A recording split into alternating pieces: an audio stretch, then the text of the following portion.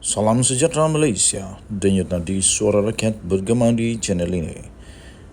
Jangan lupa tekan butang subscribe, like dan share. Malaysia kita punya, cintai Malaysiaku, kita jaga kita.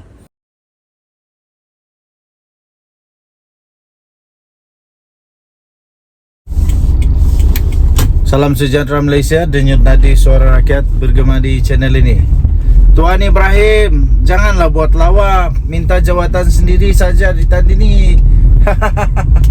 Tuan Ibrahim, janganlah buat lawak, minta jawatan sendiri saja ditandingi. Diterbitkan 1 Oktober 2023, sahbudin.com.net. Sama seperti nada suara pimpinan yang lain, Timbalan Presiden PAS Tuan Ibrahim Tuan Man turut menafikan tuduhan parti itu mengeluarkan arahan agar 5 jawatan tertinggi tidak dipertandingkan dalam pemilihan akan datang. Menurutnya, PAS tidak pernah menghalang mana-mana kawasan untuk mencalonkan sesiapa saja bagi mana-mana jawatan. Bahkan katanya, saya sewaktu merasmikan mesyuarat agung beberapa kawasan memohon agar mereka mencalonkan orang lain untuk jawatan timbalan presiden, katanya. Dalam muktamar PAS yang akan berlangsung pada 20 hingga 22 Oktober depan, jawatan presiden, timbalan presiden dan 3 naib presiden tidak dipertandingkan. Ini bermakna penyandang sedia ada Presiden Hadi Awang, timbalan Presiden Tuan Ibrahim, dan 3 penyandang naib Presiden Ahmad Samsuri Mokhtar, Idris Ahmad dan Muhammad Nik Abdullah kekal memegang jawatan itu bagi sepenggal lagi. Dalam hal ini, kenyataan Tuan Ibrahim bahawa beliau sendiri meminta orang lain dicalonkan bagi mencabar jawatannya, walaupun bertujuan untuk menampakkan tiada larangan dikenakan kepada sesiapa untuk mencabar 3 jawatan tertinggi itu, ia lebih kelihatan seperti lawak berjenaka saja bunyinya. Ini kerana bila timbalan presiden sendiri meminta orang lain mencabar kedudukan yang sedang disandangnya, tentulah tiada siapa yang sudi atau berani menyahutnya. Malah mungkin ramai yang jadi malu Allah pula untuk kata-kata yang diberikan itu. Kerana kata-kata itu, cuba Tuan Ibrahim secara terbuka minta jawatan timbalan Presiden PAS atau 3 jawatan naib Presiden parti itu dipertandingkan. Mungkin lain jadi pada muktamar kali ini. Itu baru betul kalau beliau benar-benar nak lihat akan ada berlaku pertandingan. Kemudian, kalau ada jawatan presiden dan naib presiden pun ada dipertandingkan, barulah jawatan timbalan presiden juga yang masuk bertanding. Okey, tunggu saat no. Saya berhenti saat. Saya nak pergi beli kuih saat. Kuih tepi jalan. Kemudian kita sambung lagi. Tunggu saat no.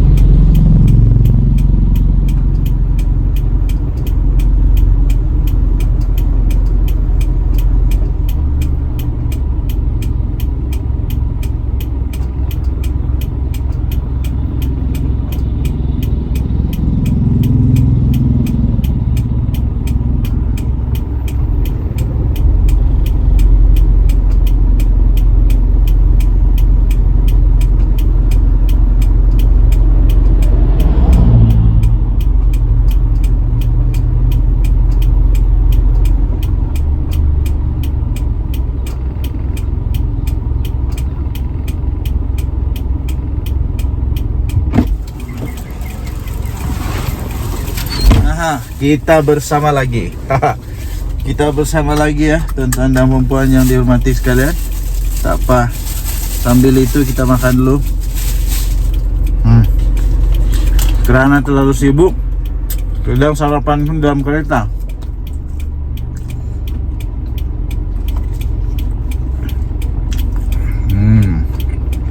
Sedap.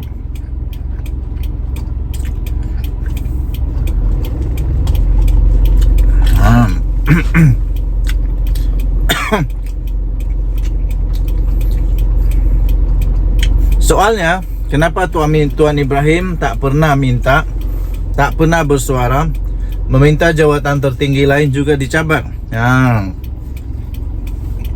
Kenapa Tuan Ibrahim tak mau pula supaya jabatan presiden pun dicabar, naib presiden pun dicabar? Mengapa hanya minta jawatannya saja yang ditandingi?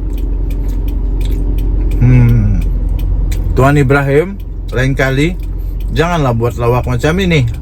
Kata Sabudin Husin, 1 Oktober 2023. Kita jumpa lagi. Bye-bye. Salam sejahtera Malaysia. Denyut nadi suara rakyat bergema di channel ini. Rombakan kabinet yang paling menjadi berita hangat buat ketika ini. Zahid Hamidi pun sudah mengeluarkan kenyataan bahawa ya memang kemungkinan rombakan kabinet bakal berlaku.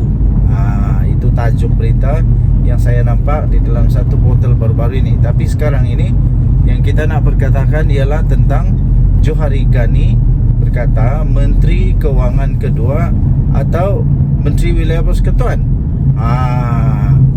Ketika ini ramai sekali yang bercakap mengenai rombakan kabinet yang dijangka akan dilakukan oleh Perdana Menteri Datuk Seri Anwar Ibrahim sebaik saja berakhirnya PRK Pelangai pada 7 Oktober ini. Pada 7 Oktober ini sebaik saja selesai PRK, dijangkakan rombakan akan berlaku. Berbagai-bagai jangkaan dan ramalan tentang rombakan itu boleh didengar di mana-mana pada waktu ini. Beberapa pemimpin baik daripada PH dan BN juga tidak terkecuali yang bercakap mengenai rombakan tersebut. Yang disebut-sebut bakal berpindah atau ditukarkan ke kementerian baru, semuanya menyatakan menyerahkan kepada Perdana Menteri dan menyatakan kesediaan mereka untuk memikul apa saja portfolio yang diamanahkan. Yang akan dinaikkan pangkat pun sama juga nadanya. Dan ramai-ramai pemimpin-pemimpin yang memberikan komen-komen mengenai rombakan kabinet. Ulasan oleh Naib Presiden UMNO, rangkap ahli Parlimen Titiwangsa, Johari Ghani barangkali paling menarik sekali. Apa dia? Di antara 3 Naib Presiden UMNO, Johari Ghani adalah satu-satunya yang tiada jawatan di dalam kerajaan. 2 lagi Naib Presiden UMNO, Khalid Nordin ialah Menteri Pengajian Tinggi, manakala Wan Rosdi Wan Ismail pula adalah Menteri Besar Pahang. Jadi tuan-tuan dan puan yang dihormati sekalian, kita akan nantikan rombakan kabinet akan berlaku. Saya fikir ramai menteri yang akan ditukarkan, ramai juga yang akan naik pangkat. Adakah Zahid Hamidi akan ditukarkan? Adakah beliau akan ditukarkan? Adakah beliau akan tiba-tiba menjadi Menteri Kewangan? Tiba-tiba Zahid Hamidi jadi Menteri Kewangan kah?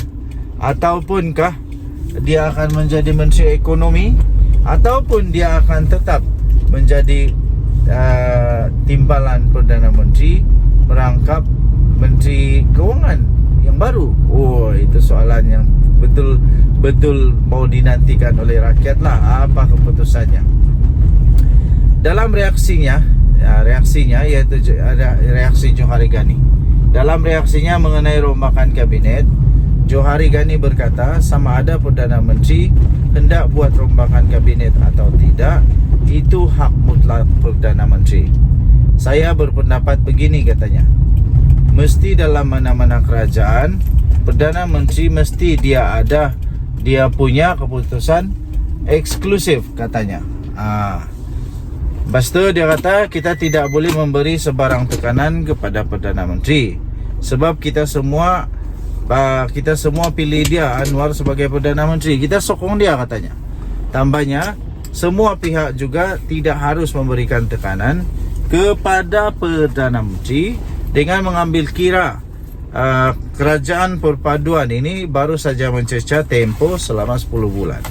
Katanya dalam tempoh 10 bulan ini kita berdepan dengan ekonomi global yang besar, di samping kita juga berdepan dengan cara yang sesuai untuk bekerja dengan parti-parti ini yang ada dalam kerajaan perpaduan. Ini adalah salah satu daripada perubahan yang perlu kita lalui. Saya rasa kalau bagi masa secukupnya hingga akhir tahun 2027, saya ingat kita akan nampak dan menilai keberkesanan kerajaan perpaduan dalam mentadbir negara, ujarnya lagi. Okey, anda boleh lihat, baca untuk artikel lengkap ini di sabudin.com.net. Dan dia punya perenggan terakhir, dengarnya kalau tidak Menteri Keuangan kedua, jawatan Menteri Wilayah Persekutuan bakal menunggu untuk jatuh ke ribanya. Wow. Jadi adakah Menteri Keuangan baru dilantik, timbalan Menteri Keuangan Menteri Keuangan kedua akan dilantik atau tidak? Kita tunggu. Bye bye.